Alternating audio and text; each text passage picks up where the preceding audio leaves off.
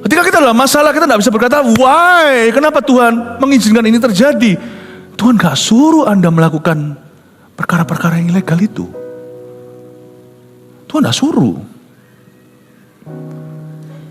Makanya itu kasihan jadi Tuhan. Makanya kita jangan jadi Tuhan deh atas hidup kita. Tuhan itu paling gampang disalahkan karena Tuhan gak kelihatan. Dan karena dia maha kuasa, mentang-mentang dia punya segala kuasa, kita seringkali ngambek sama dia, berkata, kenapa kau tidak cuil sebagian kuasa itu untuk bantu aku? Kalau Anda belum subscribe di channel ini, segera, supaya Anda bisa mengikuti terus rema-rema dari Roh Kudus ya. Kita lihat 1 Samuel pasal 4 ayat 1b sampai ayat 10, saya bacakan semua lebih dahulu. Tabut Tuhan dirampas.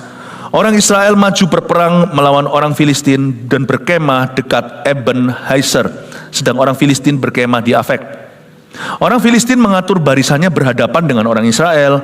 Ketika pertempuran menghebat, terpukullah kalah orang Israel oleh orang Filistin yang menewaskan kira-kira 4.000 orang di medan pertempuran itu. Coba katakan 4.000 orang mati.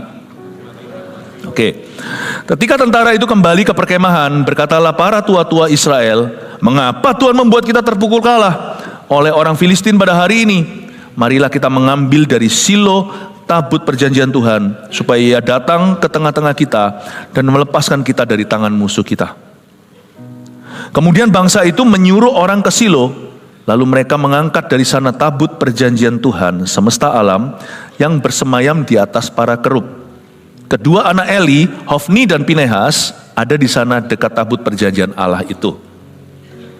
Segera sesudah tabut perjanjian Tuhan sampai ke perkemahan, bersoraklah seluruh orang Israel dengan nyaring sehingga bumi bergetar. Wow, meriah.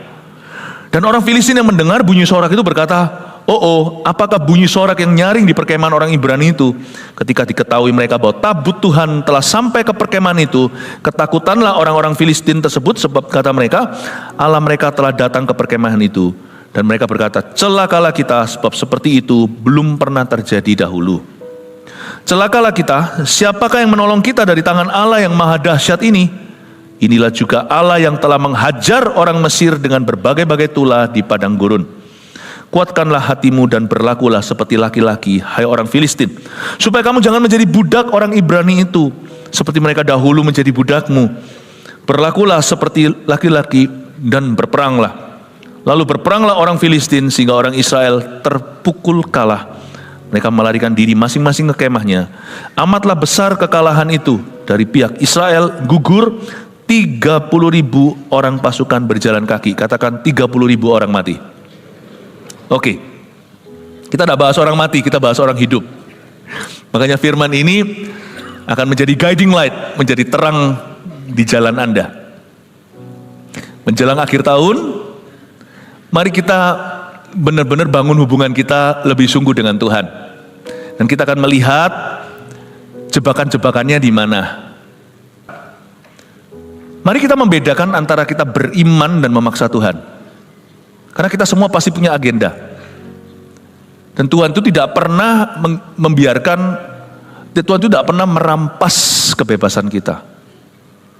Hanya karena ada ayat atau doa, bukan kehendakku tapi kehendakmu jadi, bukan selalu kehendak Tuhan yang, bukan hanya kehendak Tuhan melulu yang terjadi, Tuhan juga memberikan kepada kita ruang untuk kebutuhan dan keinginan kita. Makanya ada perintah, ada ajaran, mintalah. Mintalah itu inisiatifnya dari kita. Kita menentukan apa yang kita minta. Kalau enggak permintaan itu berarti basa-basi dong atau abal-abal. Berarti ada ruang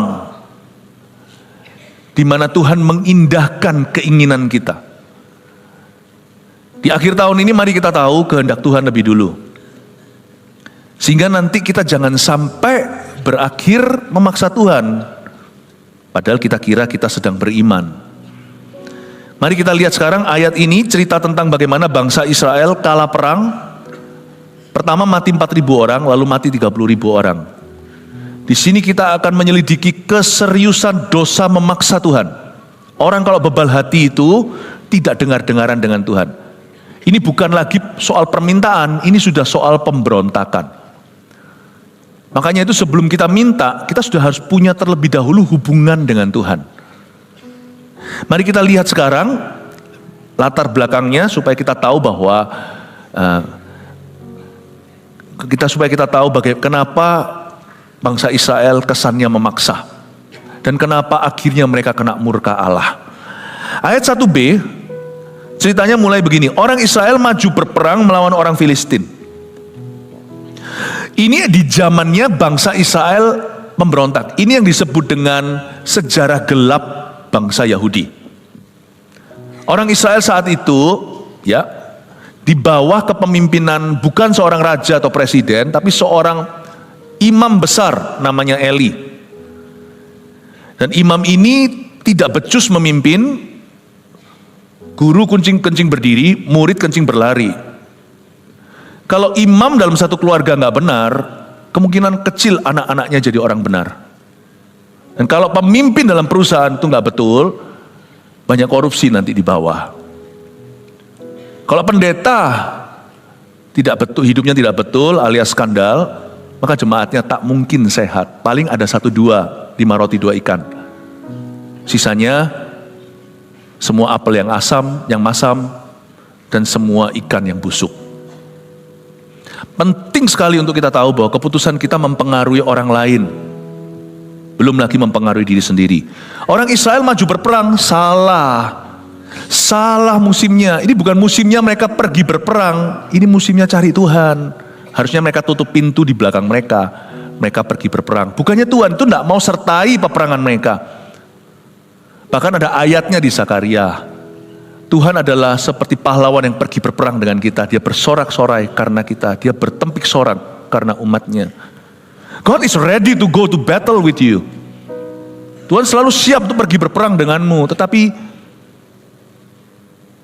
seringkali sebelum itu terjadi, kita harus bangun dulu mezbah kita yang runtuh. Ini musimnya bangsa Israel harusnya bertobat dan introspeksi. Harusnya mereka itu masuk hadirat Allah. Lebih sering, lebih sungguh, lebih dalam lagi. Karena Tuhan, mereka sedang dalam kondisi tidak baik-baik dengan Tuhan. Nah kalau kondisi kita nggak baik-baik, lalu habis itu punya anak, makanya itu pernikahan harus kokoh sebelum dikaruniai putra-putri. Kita kondisi nggak baik-baik, kita mau memulai sesuatu yang baru, mana bisa Tuhan sertai? Itu sama dengan suami istri, hubungannya lagi bermasalah, lalu mereka pergi kencan berdua, honeymoon pun gak jadi. Makan malam romantis juga nanti akan diam-diaman. Those things are alright, semua itu oke. Kalau kita baik-baik saja, orang Israel tidak sedang baik-baik dengan Tuhan.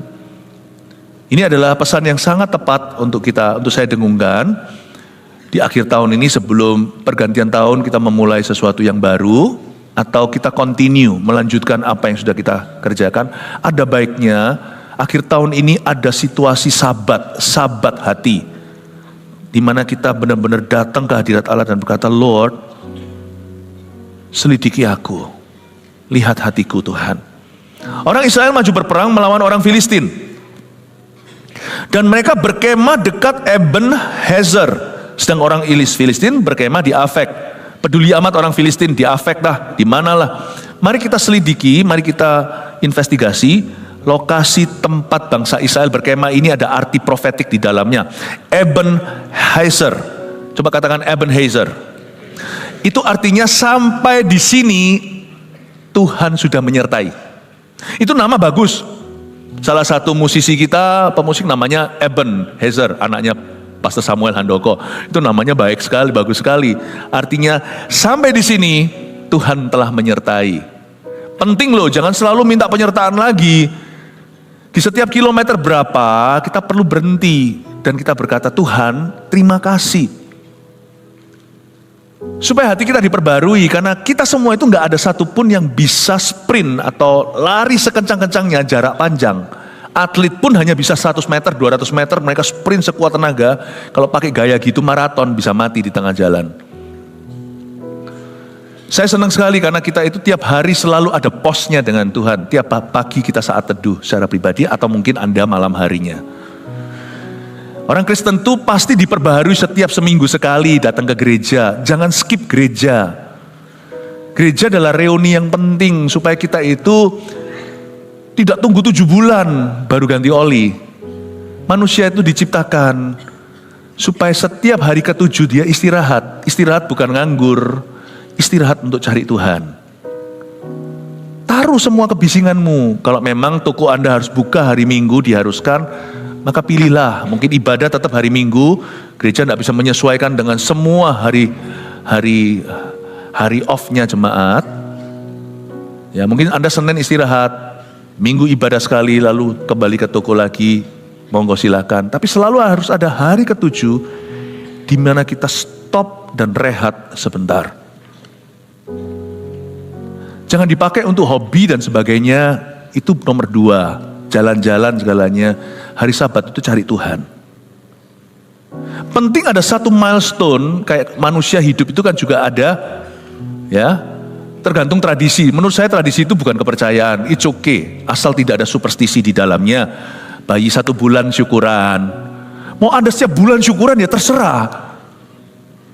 Ada juga yang sweet 17-an, kalau di luar negeri malah justru sweet 16 umur 16. Nanti oleh orang tua ya 50 tahun dirayakan, ya kan, nanti umur 70 dirayakan atau ulang tahun pernikahan. Wow, golden anniversary. Manusia selalu cari cara untuk stop dan thanksgiving dulu, bersyukur, berterima kasih. Stop dan berdoa, stop dan memperbaharui komitmennya, bangun kembali, renovasi mezbahnya. It's okay. Ya. Ada yang umur 5 tahun anaknya dirayakan. Tapi kita setiap tahun dirayakan loh, happy birthday to you. Padahal kita gak dirayakan juga tambah tua. Kenapa sih dirayakan? Karena kita mau orang tersebut merasa dihargai. Bahwa kehadirannya di dunia diinginkan. Kelahirannya itu dirayakan. Tuhan kasih kita itu hari ke-7. Kan kita gak tinggal di Pakistan. Pakistan itu liburnya hari Jumat. Minggu masuk. Kita di Indonesia, hari Minggu adalah hari merah. Ya sudah, kita jadikan itu ibadah full pagi sampai malam, gak ada alasan orang gak datang ke gereja. Aku baru pulang dari luar kota, kebaktian malam. Aku mau keluar kota, kebaktian pagi dulu. Gak ada alasan. Why? Ebenezer adalah tempat stop. Stop and renew your love, memperbaharui kasihmu, memperbaharui imanmu dan pengharapanmu. Stop untuk mendengar suara Tuhan. Tapi Ebenezer juga sebuah peringatan. Artinya sampai di sini Tuhan sudah sertai, berarti dalam hidup kita ada yang namanya batas-batas penyertaan Allah. Jangan cobai Tuhan. Ya, bukan hanya jangan cobai Tuhan, please jangan nyerempet. Ada batas-batas penyertaan Tuhan. Don't try your luck. Jangan coba keberuntunganmu. Karena ikut Tuhan tuh gak untung-untungan. Kita harus punya knowledge, pengetahuan. Mana batas-batas penyertaannya. Kalau Tuhan berkata jangan jadi pasangan yang tidak sepadan, jangan cari orang dari kepercayaan lain untuk jadi pacar. Jangan coba itu Tuhan, Tuhan sudah bilang jangan. Loh, kalau orang kerja di perusahaan kita berbagai macam kepercayaan, Bhinneka Tunggal Ika, nggak apa-apa. Karena dalam pekerjaan yang utama adalah performanya. Kristen nggak tentu lebih bagus loh. Nanti saya jelaskan kalau Kristen itu nyantai, kiranya dia punya kasih karunia. Dia lebih malas dari orang-orang sekuler yang tidak, dia lebih malas daripada orang-orang yang belum percaya. No, tetap dalam profesi kita ada standar. Tapi kalau kita mau kongsian sama orang, terus hanya karena ada pasarnya, ada peluangnya, lalu kita kongsian dengan orang tidak melihat profil portfolio orang itu sesungguhnya, dia itu siapa, percayanya apa, nanti kita akan susah di belakang. Sini maunya doa sama Tuhan, nanti dia datang bawa jimat-jimat. Kan Tuhan sudah bilang jangan jadi pasangan gak sepadan. Ya susah. Jangan kau cobai Tuhan. Kalau Tuhan sudah memberimu batas-batas boundary, hormati itu, jangan kau geser. Jangan kompromi hal-hal yang Tuhan bilang, hati-hati. Berkemah dekat Ebenezer, mereka tidak menghormati batas-batas penyertaan Allah dalam hidup mereka. Mereka berani masuk ke area abu-abu. Ebenezer bukan hanya artinya batas-batas penyertaan Allah, tapi juga di area-area netral. Tahu gak, kayak bayangkan seperti Korea Utara dan Korea Selatan. Itu di tengah-tengah ada satu daerah, ada satu wilayah yang disebut wilayah netral. Masuk ke situ itu bukan milik Korea Korsel, bukan milik Korut. Tapi di situ sudah rawan sekali, apapun bisa terjadi.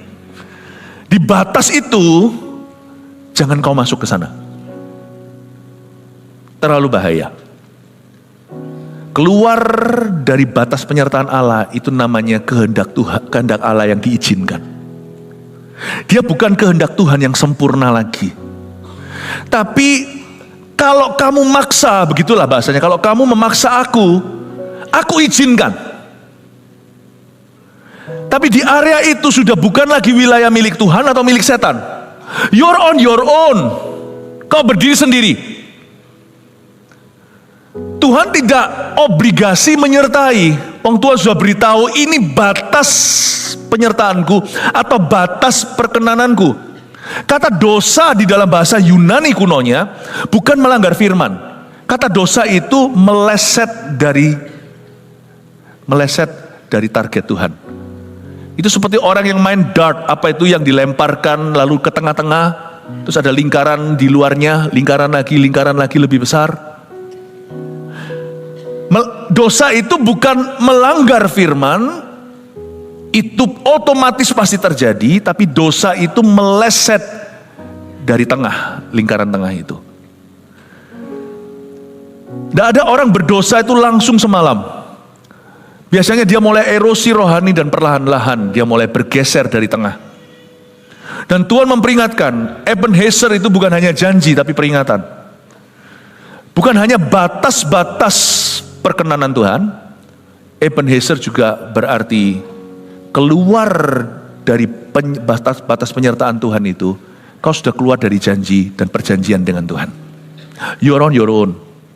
Wilayah itu bukan milik Tuhan. Dan wilayah itu bukan milik setan. Tapi biasanya setan akan mencuri, membunuh, membinasakan. Dia pasti akan culik Anda. Di wilayah itu semua orang yang masuk ke sana cepat lambat diculik sama rencana setan. Ingatlah, kalau Tuhan berkata jangan dilanjutkan. Ebenezer ini suatu peringatan buat saya, buat kita semuanya, untuk kita tahu apa yang Tuhan bilang boleh, apa yang Tuhan bilang jangan. Dan jangan kita mencobai yang maha kuasa. Kehendak Tuhan itu ada kehendak Tuhan yang sempurna, kejarlah itu. Jangan sampai kita berakhir pada kehendak Tuhan yang diizinkan. Sebentar lagi pasti meleset dan keluar dari kehendak Tuhan. Dan kita akan masuk di dalam jebakan setan. Ayat 2, orang Filistin mengatur barisannya berhadapan dengan orang Israel. Mereka berhadapan, ketika pertempuran menghebat, terpukullah kala orang Israel oleh orang Filistin, yang menewaskan kira-kira 4.000 orang di medan pertempuran itu. 4.000 orang mati. Ini adalah dampaknya, konsekuensinya, dosa kelalaian. Coba katakan dosa kelalaian. You see, Tuhan itu begitu holy, begitu suci. Tidak bisa ada orang berkata, kilaf Tuhan. Gak bisa. Kita punya tanggung jawab adalah menemukan kehendak Tuhan. Kita semua harus tahu kehendak Allah atas hidup kita, meskipun kita tidak tahu yang spesifik itu. Siapa yang akan menikah dengan aku, pasangan hidupku siapa, apa yang di depan nanti. Kita gak tahu segala sesuatu secara detail, tapi kita sudah harus memilih jalan kita. Kita mau jalan benar atau jalan salah, jalan jujur atau menipu. Kita mau jalan kasih meskipun itu susah atau jalan benci. Ya. Kita harus menentukan jalan. Tuhan yang menentukan langkah. Kita yang harus memikirkan jalan kita. Nah, dosa kelalaian itu, karena orang Israel bukan bayi lahir kemarin, mereka punya Taurat di tangan. Kalau Anda punya Alkitab di tanganmu, Anda bertanggung jawab bukan untuk menghafalkan seluruhnya. Anda tidak bertanggung jawab bahkan untuk membacanya dalam semalam, Kejadian sampai Wahyu nanti asal-asalan. Tapi Anda dan saya bertanggung jawab secara pribadi untuk mencari kehendak Allah di dalam halaman-halaman Alkitab ini yang ada di tangan kita. Dan Tuhan mengirim guru-guru untuk membantumu, apalagi gembala-gembala yang memberimu makan. Tapi kita harus ada kemauan untuk mencari kehendak Tuhan, sekalipun kita semua masih belajar untuk mendengar suaranya. Namun disinilah yang disebut dengan usaha iman. Dosa kekilafan itu berakibat mahal. Konsekuensi yang harus mereka tanggung adalah 4.000 ayah dan suami di Israel meninggal dunia. Berapa ribu anak-anak menjadi yatim piatu, berapa ribu wanita menjadi janda. You see, some calamities, beberapa malapetaka yang terjadi atas hidup kita itu benar-benar human error. Tapi celakanya kita kira Tuhan mengutuki kita. Itulah sebabnya semangat doang itu gak baik. Makanya ada ayatnya berbunyi seperti ini. Semangat tanpa pengetahuan, zeal without knowledge, is wrong. Semangat saja, tapi tidak dibekali dan tidak disertai dengan pengetahuan yang benar, menjadikan orang Kristen masuk ke dalam berbagai macam malapetaka dan mulut buaya, padahal Tuhan tidak menghendaki itu terjadi. Tidak semua penderitaan kita itu karena kita memikul salib. Memikul salib itu pasti ada bagiannya sendiri dalam kehidupan orang beriman. Wong kita doa aja di depan teman-teman kita kalau kita masih sekolah ya, anak-anak kita menghadapi yang kayak gitu, bisa-bisa dihina sama temannya, ditertawakan. Memikul salib itu sudah gak bisa dihindari kalau kita mau hidup benar, kalau kita mau hidup beriman pada Tuhan. Tapi gak semua ternyata penderitaan itu karena salib. Itulah sebabnya orang-orang Kristen harus tahu firman. Tidak tentu kita harus pergi ke sekolah Alkitab. Percayalah, saya dari sekolah teologi. Saya tahu tidak semua siswa teologi takut akan Tuhan. Makanya ada pepatah, seminary could be a cemetery.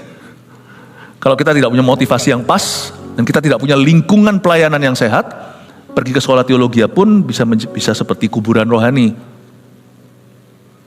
Nggak tentu. Tapi dari sini saya melihat dan mengenaskan, hari itu bangsa Israel mati 4.000 orang gara-gara ceroboh. Tidak boleh ceroboh. Tuhan tidak menuntut kita 100% sempurna, profesional segala, enggak. Kita mesti belajar. Gereja bukan tempat untuk orang sempurna yang profesional. Gereja adalah tempat membangkitkan orang dari jemaat. Tapi hari itu no excuse, tidak ada alasan. 4.000 orang mati tidak bisa, tak terampuni, sungguhan, not forgivable apa yang terjadi hari itu. 4.000 orang ini telah menyerahkan nyawanya secara konyol dan sia-sia. Tahukah waktu kita lalai mengikut Tuhan, banyak orang menderita karena kita. Dan kita pun, hidup kita pun jadi sia-sia. Ayat 3, ketika tentara itu kembali ke perkemahan, berkatalah para tua-tua Israel. Coba dengarkan tua-tua ini ngomong apa. Mengapa Tuhan membuat kita terpukul kalah oleh orang Filistin pada hari ini? Stop sebentar di ayat 3. Mengapa Tuhan membuat kita terpukul kalah? Why you're blaming God for your carelessness? Kenapa mereka menyalahkan Tuhan atas kelalaian mereka sendiri? Ini yang terjadi di dalam diri banyak orang Kristen yang kurang kenal jalan Tuhan. Mereka seringkali menyalahkan Tuhan atas sesuatu kebodohan, atas kebodohan mereka sendiri. Kita kadang-kadang gak ngerti. Kita kira Tuhan menentang kita. Kita kira loh Tuhan kok begini ya, aku lalu habis itu kambing hitamnya nih. Dia gak bisa lihat domba sesat, yaitu dirinya. Dia cari kambing hitam di luarnya untuk dikorbankan. Dan seringkali dikorbankan misalnya orang lain. Orang itu gara-gara orang itu aku begini. Bahkan orang jahat. Loh iya ngerti, orang jahat itu utusan setan. Tapi setan gak bisa menjamamu kalau Anda tidak buka celah. The fact that rumah kita kemalingan, Misalnya, tapi kalau itu karena kecerobohan kita nggak kunci, kayak kita pergi berlibur, lalu ternganga di situ, kita tidak kunci baik-baik, lalu kita taruh barang-barang di rumah, barang-barang harga, lalu kerampokan. Betul, malingnya harus ditangkap. Tapi menurut saya keluarga itu juga harus lebih waspada. Maling ditangkap, masih ada maling lagi yang akan datang. Gampang. Buka aja pintunya malam hari. Udah, zaman ini zaman orang lapar. Jadi jangan tangkap malingnya saja. Coba introspeksi, kenapa kemalingan terus? Mengapa Tuhan membuat kita terpukul kalah? Seringkali yang dikambing hitamkan tiada lain, tiada bukan adalah domba, anak domba Allah. Lalu kata, kenapa ya Tuhan? Aku melayanimu. Kau izinkan ini terjadi. Sometimes itu gak objektif. Betul ada kasus-kasus Ayub, benar-benar dia itu bersih tangannya, benar-benar bukan salah dia. Kita juga nggak bisa menjawab semua pertanyaan mengapa orang baik menderita, mengapa orang jahat bisa happy ya. Ada memang kasus-kasus di mana seperti Ayub. Jangan adili Tuhan dulu, jangan buat konklusi hari ini. Tuhan belum finish with you dan Tuhan belum selesai dengan dunia ini. Tapi kita harus bedakan kasus per kasus. Ada pula kasus-kasus di mana orang tersebut mengalami sesuatu yang buruk bukan karena situasi dalam hidupnya, tapi karena dirinya sendiri. Dan kita bisa pakai Tuhan sebagai sansak kita untuk kita tinjui dalam amarah, kemarahan, dalam kekecewaan. Lalu kita bisa tuding-tuding dan salahkan sesuatu yang sama sekali bukan duduk perkaranya. Misalnya, kenapa aku pelayanan tapi kok aku mengalami kesialan? Loh, pelayanan itu sukacita. We do it for Jesus, bukan karena pamrih kita mau dapat apa.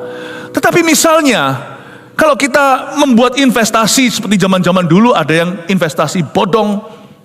Kita nggak ngomong sama istri, kita cuma tergiur dengan nanti returnnya, apa yang dijanjikan kembali. Wah, kita masukkan semua hasil usaha kita, jerih payah kita masuk ke dalamnya.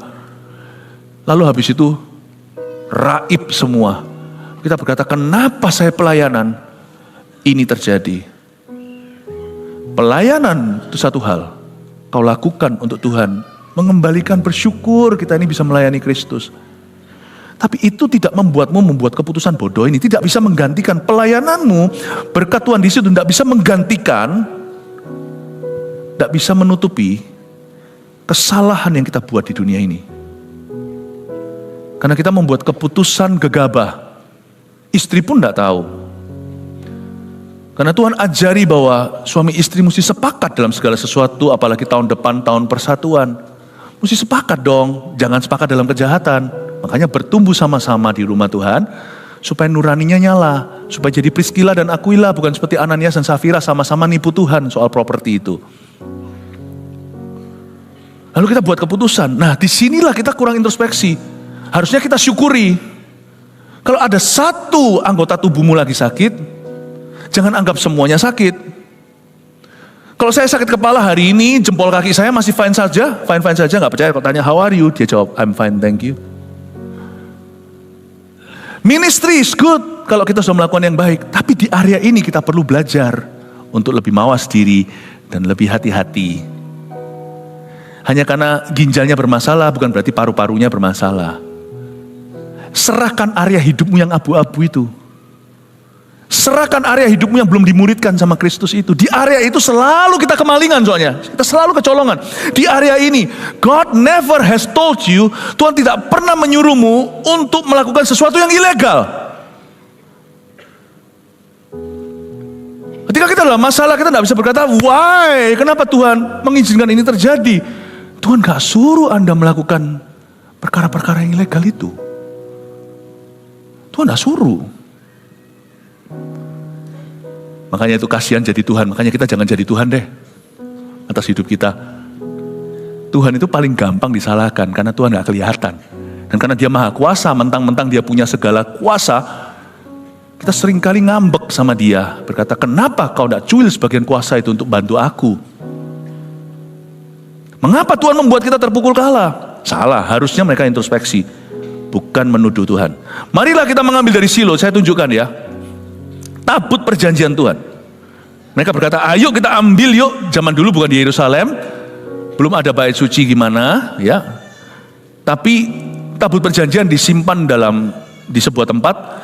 Ia mengambil dari Silo tabut perjanjian Tuhan supaya ia datang ke tengah-tengah kita dan melepaskan kita dari tangan musuh kita.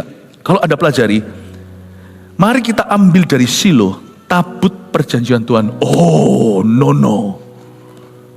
Don't ever do that. Kenapa? Tabut perjanjian itu dulu adalah sebuah perabotan yang paling holy. Zaman itu kan Roh Kudus belum dicurahkan ke semua manusia. Yang boleh masuk ke ruang maha kudus di mana tabut perjanjian itu ditaruh di sana hanyalah imam besar yang dipilih Tuhan. Dan itu pun hanya setahun sekali. Dan yang boleh pegang tabut itu bukan langsung pegang, tapi semua itu nanti akan ada caranya. Itu ada toolnya sendiri untuk masukkan sticknya, tongkatnya, dimasukkan ke lubang, ke cincin-cincin itu yang untuk mengangkat tabut itu. Yang angkat itu pun tidak langsung jamaah. Yang boleh angkat tabut itu hanyalah orang Lewi. Nggak Lewi nggak boleh, harus strict keturunan bapak Lewi anak Yakub. Dan itu pun yang diordain, yang ditabiskan ya di Israel dan dituangi minyak. Dan di minyak diurapi, berarti hanya orang-orang tertentu. Nggak boleh masuk satu. Dua, nggak boleh goyang perabotan itu.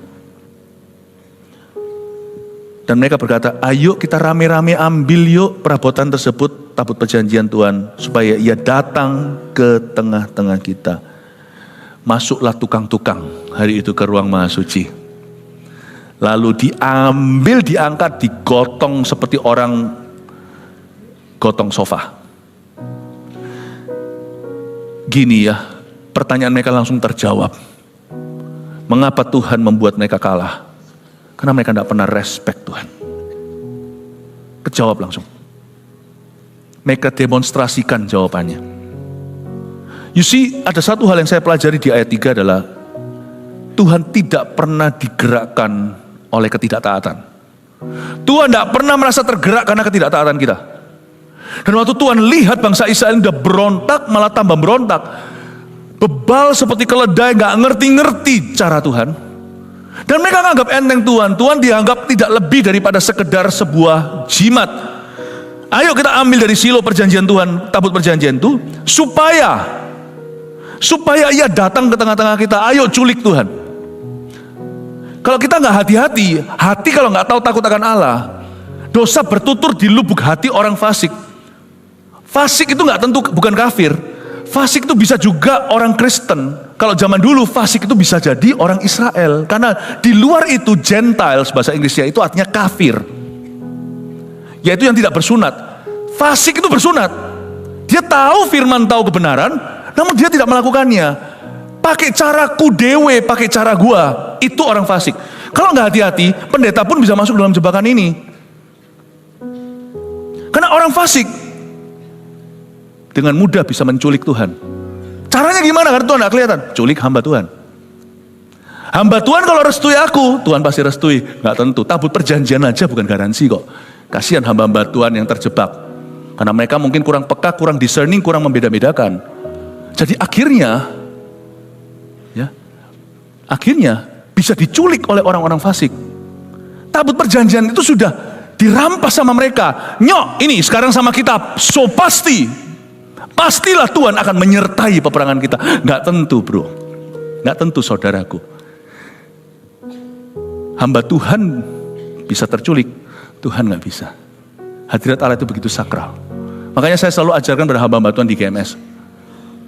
Untuk kita ini hambanya Tuhan sebelum kita itu melayani jemaat, kita itu hambanya Tuhan dulu.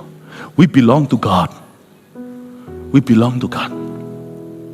Marilah kita mengambil dari Silo tabut perjanjian itu, supaya ia datang ke tengah-tengah kita dan melepaskan kita dari tangan musuh kita. Tuhan dianggap sebagai good luck charm atau dianggap sebagai jimat. Hari itu sesuatu yang buruk terjadi. Mereka menodai ruang maha suci, masuk tukang-tukang, diangkat gitu mentah-mentah. Ayo sekarang mau gak mau, Tuhan pasti sertai kita. Kenapa? Karena tabut perjanjian ini punya satu histori, sejarahnya sangar.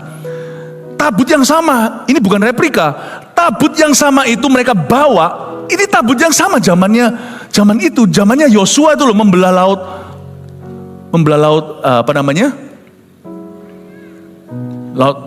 membelah sungai Yordan dan Laut Merah, Musa. Ini tabut yang sama, pasti memban. Nggak bisa kita paksa Tuhan. Tuhan itu tidak pernah meresponi ketika manusia taruh pisau di lehernya dan berkata, you follow me. Dia berkata, try again, coba lagi. Tuhan tidak bisa digituin. Ya, itulah sebabnya kita harus mengerti Tuhan itu holy. Hari itu mereka ambil secara paksa. Kemudian bangsa itu menyuruh orang ke Silo, ayat 4. Lalu mereka mengangkat dari sana tabut perjanjian Tuhan semesta alam. Aduh, ini kalau bahasa Malaysianya alamak. Saya baca begini aja sudah langsung ngeri. Yang bersemayam di atas para keruk. Tapi saya bersyukur si tabut perjanjian itu sudah punah. Kalau hari ini di perjanjian baru masih ada, waduh itu pasti dijadikan penyembahan berhala. Tapi saya tunjukkan lewat ayat ini, tabut perjanjian itu gak ada gunanya. Kalau Tuhan tidak menyertai. Mau pakai tabut perjanjian itu, mau punya histori sejarah seperti apa, percuma. Jangan taruh imanmu pada sesuatu yang kelihatan. Karena Allahmu itu terpisah dari ciptaannya. Dia bersatu dengan ciptaannya karena kasih. Tapi dia terpisah artinya, aku bukan semua itu. Kalau Tuhan memakai tangan seseorang hari ini untuk menyembuhkanmu, bukan berarti tangan itu adalah berhalamu. Tuhan bisa pakai apapun juga, tapi sembahlah Tuhan Allah yang hidup. Jangan taruh imanmu pada apa-apa yang sifatnya jasmani. Tuhan bisa pakai kita, tapi jangan kita bangga setelah kita dipakainya. Kalau Tuhan bisa pakai kita hari ini, semua kasih karunia, rendah hatilah supaya dipakai Tuhan lagi esok hari. You see, God's glory, Tuhan punya kemuliaan tidak di-share sama manusia. Kemuliaan Allah tidak di-share sama patung, tidak di-share sama tangan hamba Tuhan, tidak di-share sama apapun juga. Bahkan tidak di-share sama gereja. Gereja ini kalau Tuhan tidak hadir di sini, kalau kita tidak memberitakan firman dan kebenaran lagi, kalau kita tidak bertobat sungguh-sungguh dari dosa kita, ini pun akan menjadi monumen, bukan menjadi kegerakan lagi. You see, God is with somebody. Tuhan bersama dengan orang itu, karena orang itu karib, karena dia takut akan Allah, karena dia bergaul dengan Tuhan. Dari sini kita pelajari sesuatu yang sangat luar biasa. Even tabut perjanjian tidak bisa memaksa Tuhan. Tapi saya bersyukur prabot itu hilang. Kalau perabotan tidak hilang hari ini pasti akan dicari. Jadi nggak usahlah lihat yang gitu-gitu. Yang misalnya kalau di media hari ini, wah tabut perjanjian kemungkinan ada di Ethiopia. Kemungkinan mana? So what? Sekalipun kalau ditemukan di Ethiopia atau di mana lah, di tanah perjanjian di mana, saya juga nggak akan kesana cari. Wong Yesus sudah ada di dalam diriku. Yesus bukan mebel. Katakan kanan kirinya, Yesus bukan mebel. Yesus bahkan bukan altar. Makanya itu jangan taruh altar apa-apa di rumahmu. Altar satu-satunya yang bisa kau punya terserah, setiap orang kan beda. Mungkin meja, kursimu yang simple aja dengan Alkitab di sana dan Roh Kudus di dalammu. Udah itu altarmu. Alkitab pun jangan kau berhalakan, ditaruh di situ kaca lalu habis disembayangi, jangan lakukan.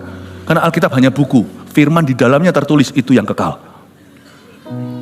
Setan tidak takut dengan salib yang ada di tanganmu termasuk Dracula.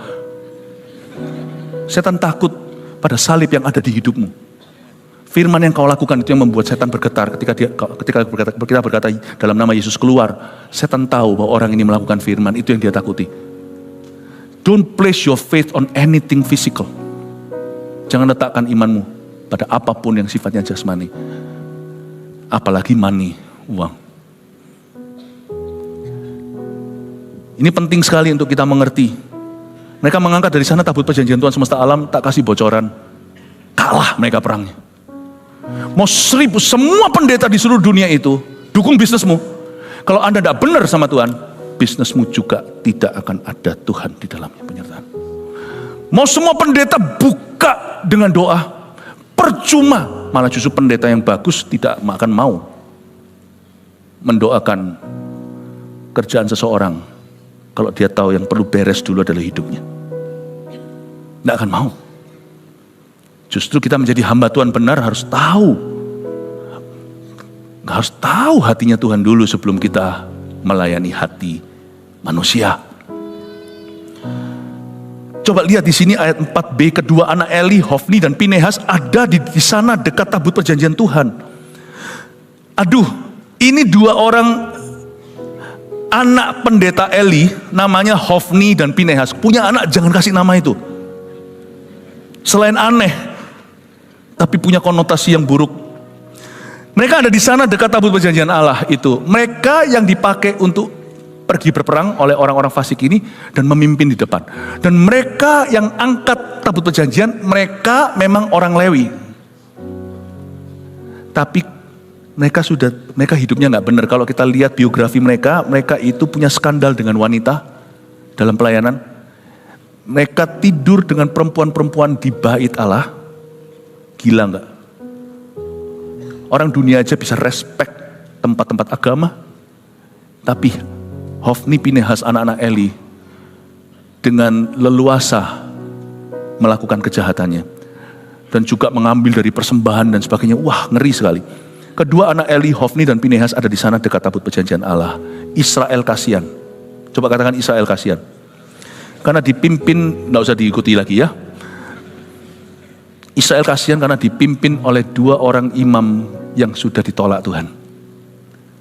Kasihanlah keluarga yang dipimpin oleh seorang ayah yang tidak berkenan pada Allah.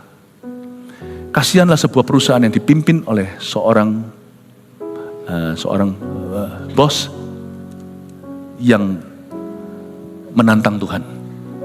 Kasihanlah pelayanan yang dipimpin oleh pendeta-pendeta yang sudah tidak berjalan dengan Tuhan. Masih ada nggak orang benar di dalam kasus seperti ini? 5 roti 2 ikan. Saya percaya ada satu kata dalam bahasa Inggrisnya, remnant. Remnant itu artinya orang-orang yang disisakan oleh Tuhan. Selalu akan ada. Tuhan itu setia dalam setiap konteks hidup manusia. Tuhan selalu meninggalkan suatu benih terakhir untuk kemuliaannya. Pasti ada 5 roti 2 ikan. Di dalam situasi buruk misalnya seorang pendeta skandal atau seorang bos, seorang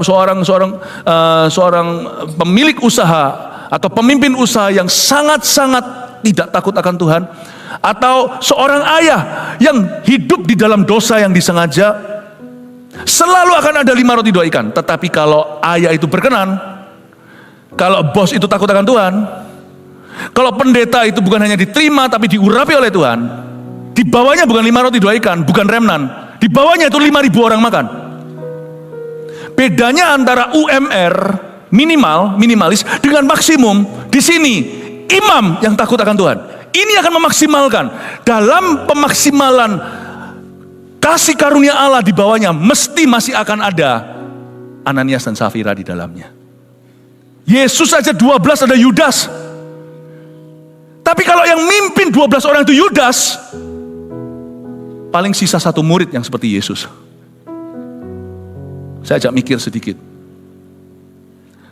Paham ya maksudnya Bapak Ibu Saudara? Bedanya maksimum dengan minimal. Bedanya di imam. Jadilah imam yang benar. Tahun depan keputusan kita itu sangat mempengaruhi orang lain. Aduh Hofni dan Pinehas, what do you think you're doing? Ini kan kita sama-sama profesi pendeta. Waktu saya baca begitu saya sedih dan berkata, aduh Hofni ya, nikama ya. Ngapain kamu? Gak takut tak kamu sama Tuhan? Inilah penjahat sesungguhnya. Bahasa Inggrisnya the culprits we found. Inilah kancilnya, kita tahu sekarang. You see, guru kencing berdiri, murid kencing berlari. Jangan kejar berkat. Ingat tanggung jawabmu, bawa ke kaki Tuhan. Next year, be a good leader. Jadilah pemimpin yang baik. Amin. Kasih tepuk tangan untuk Tuhan. Saya tidak minta macam-macam. Kita jangan minta rezeki. Malah justru kita harus tahan. Berikan pada kami rezeki kami yang secukupnya. Enough Tuhan. Jangan minta lebih sebelum Anda bisa mengelola yang ada. 5 roti 2 ikanmu kelola dengan baik, keluargamu. Kelola dengan baik. Kalau Anda CGL, CG-nya. Kalau Anda di atasnya, coach-nya, CG-CG di bawah Anda. Pastikan orang-orangnya sehat. Ya, kita bukan mengejar angka. Tapi yang kita kejar adalah perkenanan Allah. Angka nanti akan Tuhan tambahkan. Amin Bapak Ibu. Segera sesudah tabut perjanjian Tuhan sampai ke perkemahan, bersoraklah seluruh orang Israel dengan nyaring sehingga bumi bergetar. Dan orang Filistin yang mendengar bunyi sorak itu berkata, apakah bunyi sorak yang nyaring di perkemahan orang Ibrani itu? Ketika diketahui mereka bahwa tabut Tuhan telah sampai ke perkemahan itu, ketakutanlah orang Filistin, sebab kata mereka, Allah mereka telah datang ke perkemahan itu.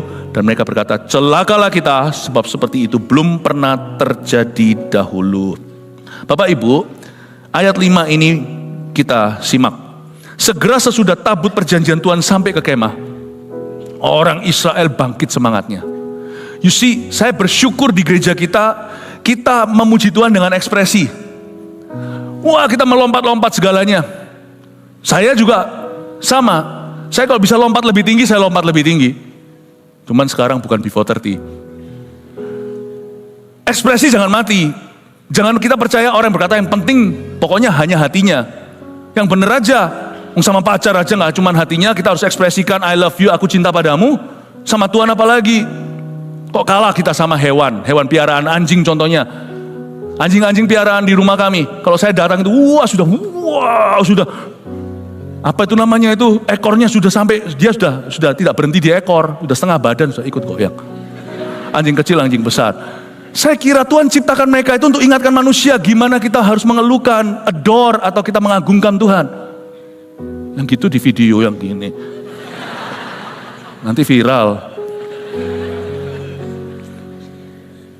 Saya nggak berkata ekspresi tidak penting. Tapi ekspresi yang tidak dibekali dengan pertobatan sesungguhnya, itu nanti ujungnya tidak ada kuasa.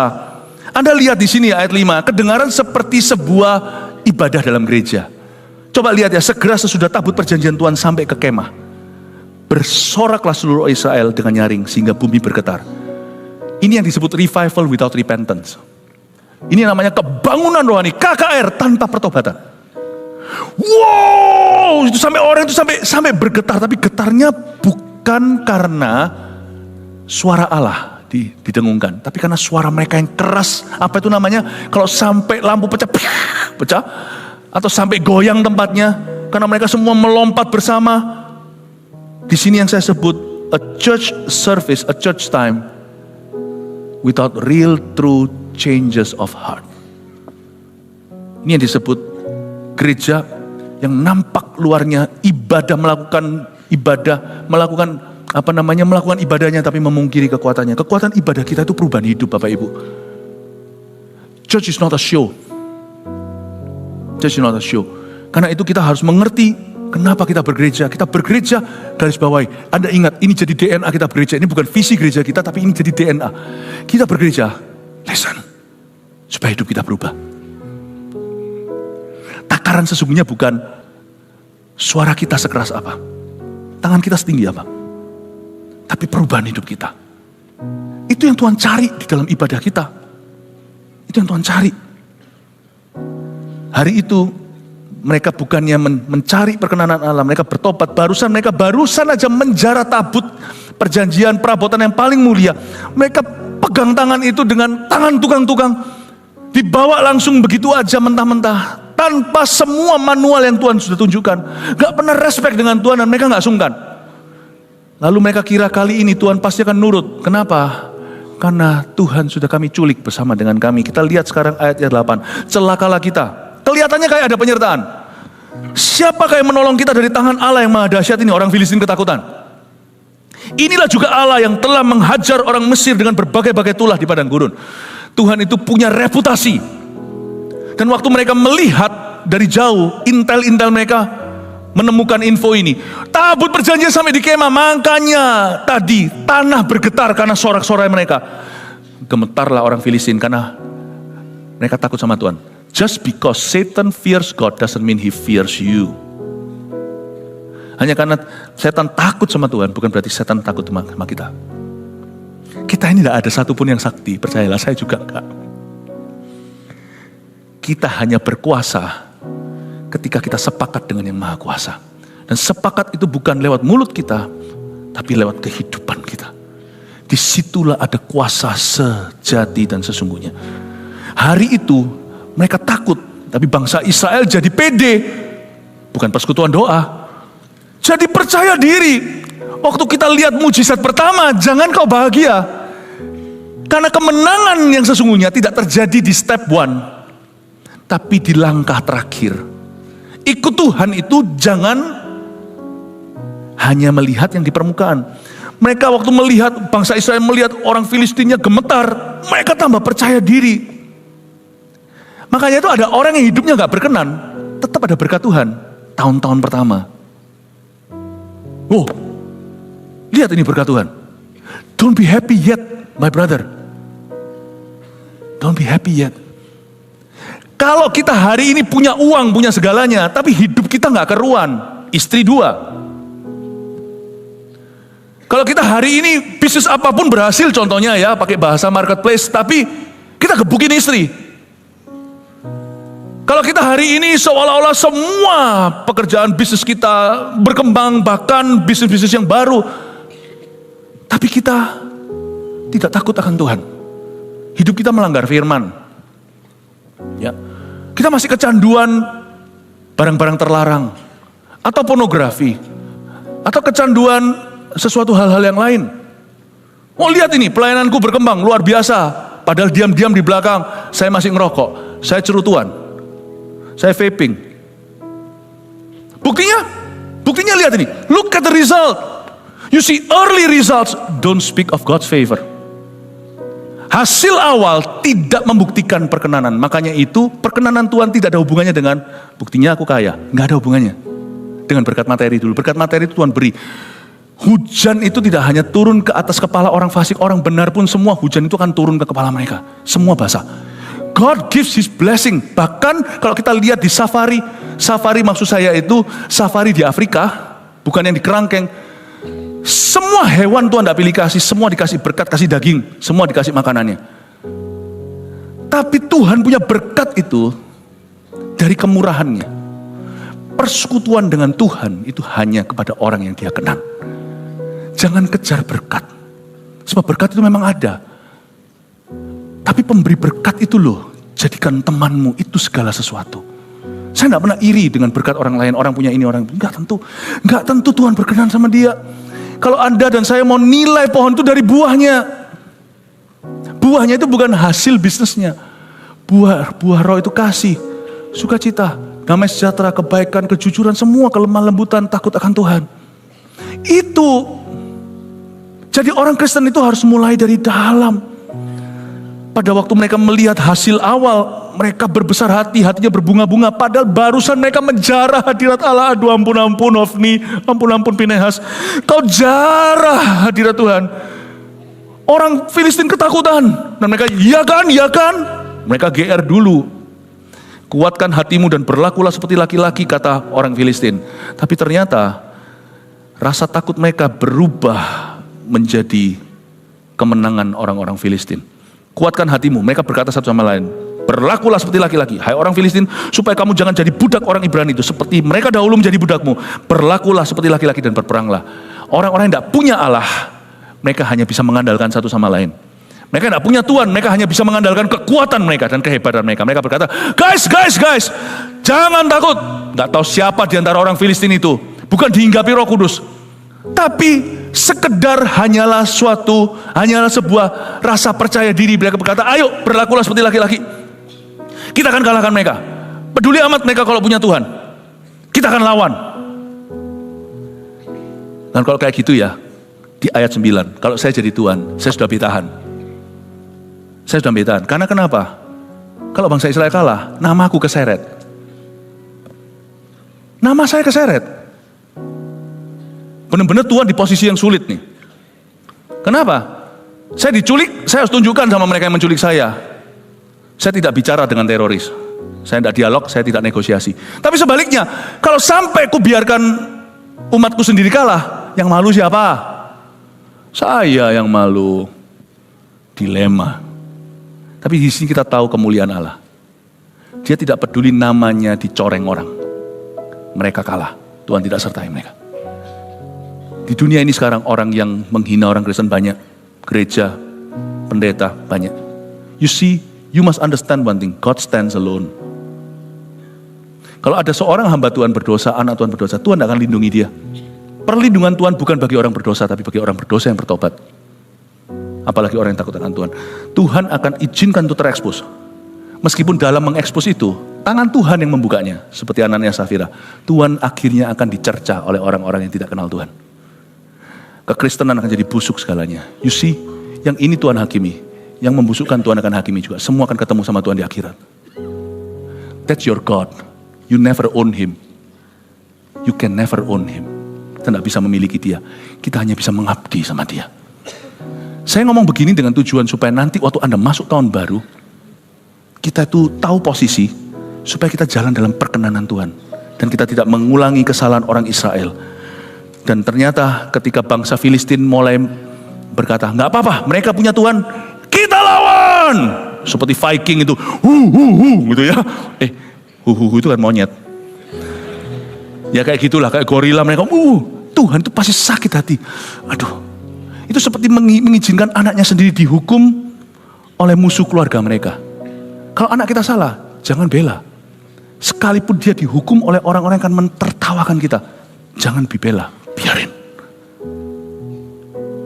Dan Tuhan hari itu membiarkan namanya diinjak-injak. Lalu berperanglah orang Filistin sehingga orang Israel terpukul kalah. Mereka melarikan diri masing-masing ke kemahnya. Amatlah besar kekalahan itu dari pihak Israel, gugur berapa? 30.000 orang pasukan berjalan kaki, Saban. Tadi waktu dalam dosa kelalaian mereka mati 4.000. Dalam dosa memaksa Tuhan mereka mati 30.000. Now you know God is glorious, don't you? Waktu dipaksa 30.000 tewas. Waktu mereka lalai 4.000. Harganya lebih mahal kalau maksa Tuhan. Tuhan tidak bisa diculik. Tapi singkat cerita ya, nanti lain kali aja saya bahas. Gimana pada waktu Tuhan akhirnya dirampas, tabut perjanjian itu ditaruh di kuil Dagon. Lucu, Tuhan caca itu berhalanya. Tanpa tangan Israel. Dicaca itu. Hari pertama kepalanya decapitated, penggal. Itu patung Dagon itu terlempar kepalanya berapa meter. Lalu kemudian diangkat lagi. Satu ruangan, satu kamar. Tuhan sama setan disuruh satu kamar. Dicacah sama Tuhan. Dagonnya tangan semuanya dipenggal. Mereka ketakutan dan mereka kena kanker tumor semua. Anda baca itu. Sampai mereka gemetar, tidak tahu caranya gimana. Dikirimkan lewat lembu, disuruh jalan sendiri tuh lembu. Sampai masuk ke teritori Israel. Orang Filistin 5 kota itu ketakutan semua. Mereka tahu bahwa, oh ternyata umat Tuhan bisa begitu. Tuhannya beda. Tuhan itu tidak pernah kalah. Amatlah besar kekalahan dari pihak Israel, 30.000 orang pasukan. Lagi pula tabut Allah dirampas. Dan kedua anak Eli, Hofni dan Pinehas tewas. Hofni dan Pinehas tewas. Dengar baik-baik Bapak Ibu Saudara, sering ada satu ayat nanti. One day I will teach you hopefully. Dosa yang mendatangkan maut, itu apa? Saya tidak akan mengajarkan yang cuman baik-baik saja di gereja. Karena gereja kita bukan soal hura-hura. Gereja kita mau sesuatu yang nyata. Karena itu sampai Tuhan datang di gereja ini, dari waktu ke waktu saya pasti dengungkan repentance, pertobatan. Selama gereja masih diisi dengan orang-orang berdosa, yang kita masih tinggal dalam daging Adam dan Hawa, pesan tentang pertobatan harus disampaikan. Mungkin ini tidak nyaman buat beberapa. Bapak Ibu Saudara, jangan kita menjadi seperti orang Israel yang berkata, mengapa Tuhan membuat kita terpukul kalah? Sesungguhnya yang membuat mereka terpukul kalah adalah adanya area-area pemberontakan di dalam diri mereka yang tidak mau dibentuk Tuhan. Saya berdoa di dalam nama Yesus sebelum tutup tahun ini, ada area tertentu dalam hidupmu, setiap orang beda areanya, yang kita tidak mau serahkan ke Tuhan. Ada area tertentu, sebagian orang superstisinya, masih dipegang terus. Sebagian orang ada altar penyembahan sungguhan. Sampai sekarang masih Tuhan dibuat satu kamar dengan Dagon. Ada loh di sini.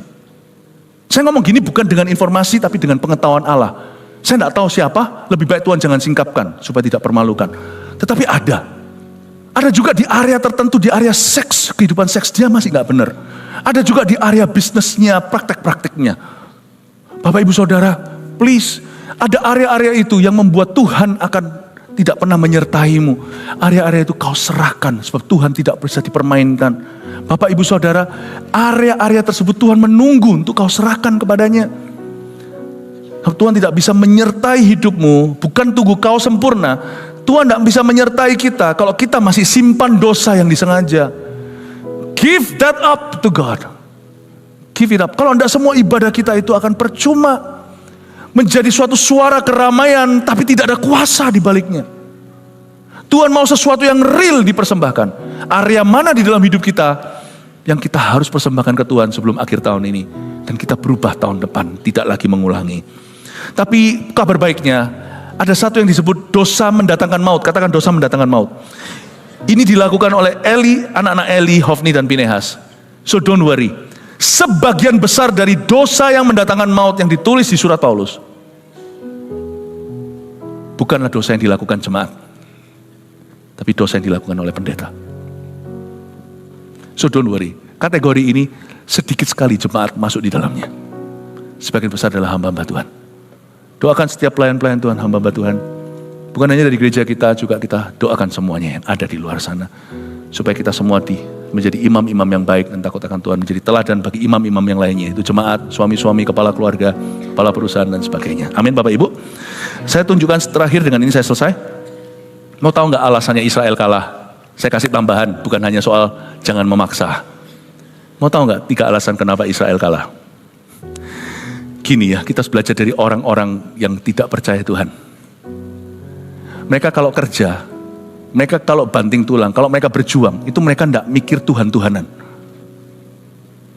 Negara-negara yang sekuler, mereka mati-matian. Coba lihat orang Jepang, etika kerjanya. Memang betul, kalau kita lihat dari kacamata sudut pandang, jikalau bukan Tuhan yang membangun rumah, sia-sialah.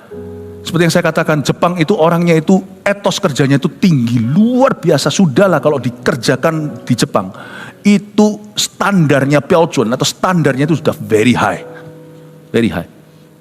Tapi kalau Tuhan tidak berkati ya, percuma kau ngelembur sampai malam-malam loh. Kita lihat akhirnya sekarang, ya secara negara, kelihatan seperti tidak ada berkat Tuhan.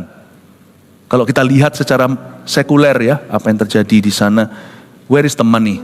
Kalau kita mau bicara tentang rezeki, I don't think Jepang is economically sungguh-sungguh growing, sungguh-sungguh bertumbuh, sungguh-sungguh mengalami revival secara ekonomi. Enggak. Padahal kalau Anda lihat satu-satu, manpowernya wow, aduhai.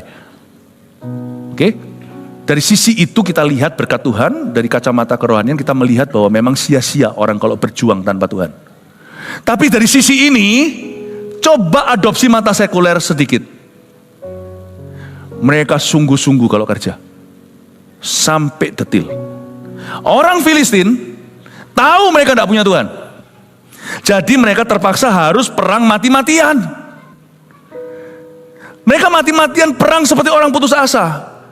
Guys, kita pasti kalah, gitulah. Tapi we're not going down without blood.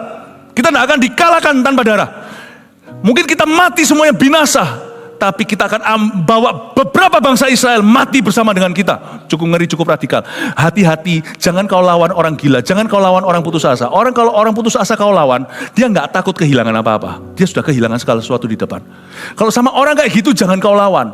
Dulu waktu saya belajar bela diri, waktu saya belum bertobat, terima Tuhan, saya diberitahu sama guru saya, sensei saya diberitahu, Philip, kamu ingat, kalau setiap kali kamu menghadapi orang kuat, orang tinggi, orang besar, kamu jangan takut. Tapi kalau kamu menghadapi orang ini, kamu lari. Apa? Dia bilang, sensei, orang gila. Tidak rasa sakit. Kamu menghadapi orang yang nothing tulus. Dia tahu hari itu dia mati. He's gonna bring you with him. Percuma. Karena orang itu tidak bisa kau taklukkan, lebih baik kamu pergi aja. Orang Filistin mengerikan hari itu. Mereka tahu mereka akan mati. Mereka kira mereka mati. Tabut perjanjian. Mereka lihat tabut perjanjian, mati gua. Oke? Dan dia berkata, kalau gitu, you gonna die with me. Bekerjalah seolah-olah tidak ada Tuhan dalam hidupmu. Ini orang Kristen kelemahannya di sini. Sedangkan orang Israel mau tahu kenapa kalah? Karena mereka santai. Ada tabut perjanjian. Orang Israel nyantai karena percaya Tuhan di pihak mereka. Padahal nggak gitu. Karena Tuhan sudah meninggalkan mereka. Mereka rasa santai. Tenang. Orang Kristen punya etos kerja jadi lemah. Kenapa? Ada kasih karunia, ada pengampunan. Ada pengampunan. Tenang, ada berkat Tuhan. Ada mujizat. Sehingga kita santai saja. Tuhan menerima kita apa adanya. Bahkan ada lagunya. Apa adanya, bahkan apa adanya. Ketemulah ini dua orang. Yang satu udah putus asa, I'm gonna die today. Yang satu lagi santai kipas-kipas. Dan berkata, aku menang hari ini. Jeder. samban mati di sisi umat Tuhan. Mau tahu alasan sesungguhnya bukan karena mentalitas mereka. Alasan sesungguhnya ini, Bapak Ibu. Tuhan tidak menyertai bangsa Israel. That's the real reason behind their defeat atau kekalahan mereka. Saya berdoa pada akhirnya dari firman yang saya bagikan ini, supaya hidup Anda disertai oleh Tuhan. Amin. Haleluya, berikan tepuk tangan. 1 Petrus 4 ayat 7. Kesudahan segala sesuatu sudah dekat. Karena itu, kuasailah dirimu dan jadilah tenang, supaya kamu dapat berdoa. Saudara yang terkasih, terima kasih telah mendengarkan firman Tuhan hari ini. Jangan lupa untuk dukung terus channel ini dengan cara subscribe, like, share, dan juga komen, agar saudara kita yang lain juga boleh terberkati. Tuhan Yesus memberkati kita.